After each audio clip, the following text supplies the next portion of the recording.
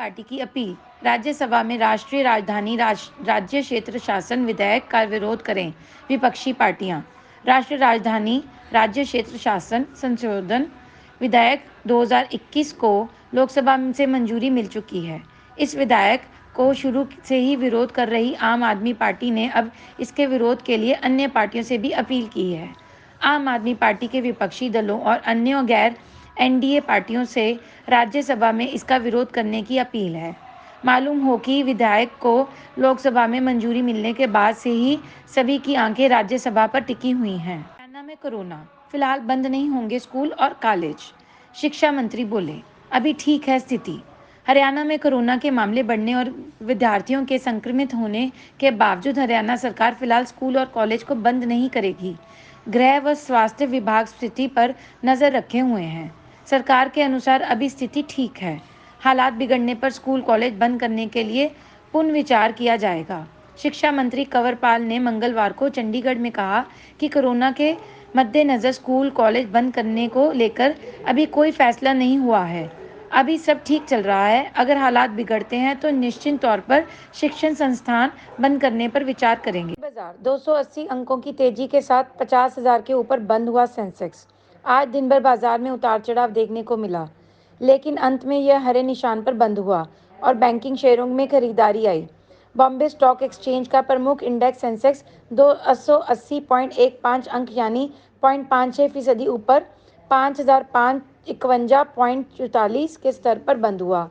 वहीं national stock exchange का Nifty 78.35 अंक यानी 0.53% की बढ़त के साथ 14,814.75 के स्तर पर बंद हुआ। बीते सप्ताह बीएसई का 30 शेयरों वाला सेंसेक्स 933.84 अंक या 1.83% टूट गया। 81% सैंपल में मिला कोरोना का नया स्ट्रेन। मुख्यमंत्री ने मोदी के से सबसे लिए मांगी वैक्सीन। पंजाब में कोरोना का नया वेरिएंट पाम पसार चुका है।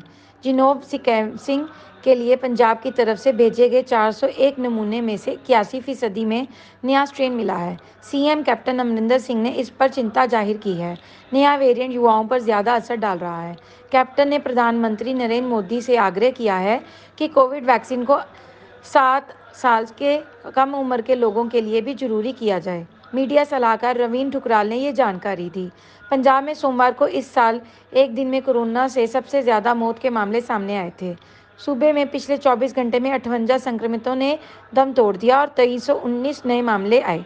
राज्य में अब तक संक्रमण में 6382 लोगों की मौत हो चुकी है। स्वास्थ्य विभाग ने संक्रमण के फैलाव को रोकने के लिए नवांशहर, पटियाला, गुरदासपुर और लुधियाना में 4 कंटेनमेंट जोन घोषित किए हैं। साथ ही 12 जिलों में 75 माइक्रो कंटेनमेंट क्षेत्र बनाए हैं, जिनमें 27,670 लोगों निवास कर रहे हैं। राज्य में अब तक 50,26,458 लोगों के लिए सैंपल लिए गए हैं। इनमें से 2,15,409 लोगों की रिपोर्ट पॉजिटिव आई है। सूबे में अब 18,628 सक्रिय मामले हैं। इनमें से 270 मरीजों को ऑक्सीजन सपोर्ट और 23 को वेंटिलेटर पर रखा है। सोमवार को होशियारपुर में 10, जालंधर, नवांशहर में 9, अमृतसर और गुरदासपुर में 4, बठिंडा, फरीदकोट, कपूरथला, तरनतारन में 3, लुधियाना, मोहाली और रोपड़ में 2, पटियाला, मानसा, फाजिलका और संगरूर में 1 संक्रमित की मौत हो गई है। आईपीएल 2021 नई टाटा सफारी बनी इंडियन प्रीमियर लीग की आधिकारिक पार्टनर। देश में जल्द ही इंडियन प्रीमियर लीग आईपीएल की खुमारी छाने वाली है। ऐसे में देश की प्रमुख ऑटोमोबाइल कंपनी टाटा मोटर्स ने देश के सबसे बड़े खेल आयोजन में से एक आईपीएल के साथ अपनी साझेदारी की घोषणा की है। टाटा मोटर्स ने मंगलवार को ऐलान किया है कि उसकी flagship SUV Tata safari IPL 2021 के लिए ऑफिशियल पार्टनर होगी। इंडियन प्रीमियर लीग टूर्नामेंट इस साल भारत में हो रहा है। ऐसे में कंपनी ने इस मौके का फायदा उठाते हुए अपनी नई लॉन्च की गई टाटा सफारी एसयूवी को प्रदर्शित करने वाली यह टूर्नामेंट 9 अप्रैल को चेन्नई में शुरू होगा और दिल्ली, मुंबई, बेंगलुरु और कोलकाता सहित 6 प्रमुख शहरों में खेला जाएगा, जिसके बाद अहमदाबाद में 30 मई को फाइनल मुकाबला होगा। कुंभ 2021 हवन कुंडों के धुएं से महक रही कुंभ नगरी।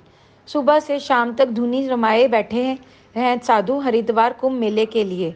अखाड़ों की ओर से बनाई गई छावनियों के बाहर बने हवन कुंडों से धर्मनगरी का पर्यावरण भी महक रहा है। दिन निकलते ही शाम तक संत हवन शुरू करते हैं। इसमें डाले जाने वाली सामग्री से उठ रहा सुगंधित धुआं वातावरण को महका रहा है। सरकार की ओर से भले ही महाकुंभ शुरू करने के लिए आधिकारिक सूचना 1 अप्रैल से जारी की जाएगी, लेकिन पेशवाई निकालने बाद कुंभ पहुंचे अखाड़ों ने छावनियों के बाहर हवन यज्ञ शुरू कर दिए हैं। धर्मनगरी क्षेत्र में काफ़ी संख्या में छावनियां और बैरागी कैंप हैं। हवन कुंडों में सन्यासी चंदन चूरा, आम, कई प्रकार की दिव्य लकड़ियां, काले व सफ़ेद तिल, गूगल, हवन सामग्री, लोबान, कपूर, शुद्ध देसी घी आदि डालते हैं। निरंजनी अखाड़े की छावनी माया देवी मंदिर परिसर में बनी अग्नि व आहन अखाड़े की छावनी, सेवा सदन इंटर कॉलेज के प्रांगण में जूना अखाड़ा, कनखल में बनी महानिर्वाणी अखाड़े छावनी के लगभग 200 शिविरों के बाहर हवन कुंड बने हैं। इसके अलावा बैरागी कैंप व अन्य स्थानों में भी साधु संतों की ओर से हवन यज्ञ किए जा रहे हैं। हवन करने के दौरान उठने वाला धुआं शहर की आबोहवा में घुलकर शहरवासियों को पर्यावरणीय ऊर्जा दे रहा है। छावनी के शिविर के बाहर बनाए गए हवन कुंडों में प्रतिदिन एक हवन कुंड में हवन यज्ञ किए जाने से हर दिन 700 से 1 किलोग्राम सामग्री लगती है। इसके अलावा मुख्य हवन कुंड में हवन पहले से ही चल रहा है। अगर लगभग 200 हवन कुंडों की बात करें तो कुंभ मेले में अखाड़ों की ओर से ही 200 किलोग्राम सामग्री की अतिरिक्त खपत बढ़ जा रही है। नागा सन्यासी हरिओम गिरी ने बताया कि कुंभ में हवन यज्ञ करने से बहुत ही धार्मिक लाभ मिलता है। हवन कुंड से निकलने वाला धुआं दूर दूर के क्षेत्र को महका देता है।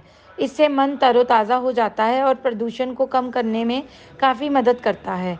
वहीं महाकुंभ मेले में आए साधु संत और नागा बाबा अपनी अपनी परंपरा के अनुसार तपस्या में लीन हैं।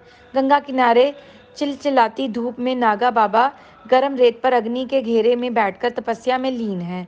नागा बाबाओं का कहना है कि वह अपने गुरुओं की परंपराओं को आगे बढ़ा रहे हैं। 12 साल की तपस्या में लीन 5 नागा बाबा अलग अलग मौसम में रहकर तपस्या कर रहे हैं। गर्मी में गर्म रेत पर बैठकर चारों तरफ अग्नि का घेरा बनाकर, सर्दी में पानी में खड़े होकर और बरसात में पेड़ के नीचे बैठकर ये साधु तपस्या करते हैं। इफोको कंपनी में बड़ा हादसा, बॉयलर फटने से 2 की मौत, कई जख्मी।